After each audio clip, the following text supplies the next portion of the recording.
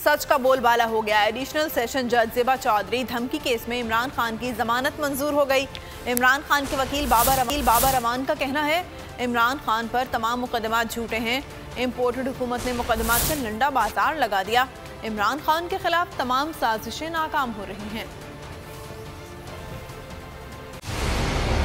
मंजिल, रास्ता,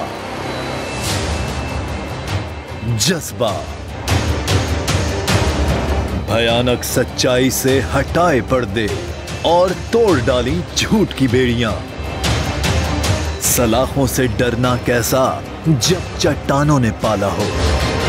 इमरान खान बोल के साथ जुम्मे से इतवार रात 10 बजे सिर्फ बोल न्यूज पर। इंटरनेशनल मीडिया पर बोल छा गया। बोल बना हक और सच की आवाज। पाकिस्तान में बोल न्यूज को बंद क्यों किया जा रहा है? इंटरनेशनल मीडिया और अमेरिकी काउंसिल ऑफ फॉरेन रिलेशन समेत हर प्लेटफॉर्म पर बोल न्यूज के चर्चे। बोल न्यूज की हक और सच की आवाज बंद करने पर सवालात उठाए जाने लगे। सबसे ज्यादा व्यूज, सबसे ज्यादा रील्स और सबसे ज्यादा रेटिंग के साथ बोल अब भी नंबर 1 पोजीशन पर बरकरार। अगर आपको ये वीडियो पसंद आई है तो हमारे चैनल को सब्सक्राइब करें और बेल आइकन को प्रेस करें।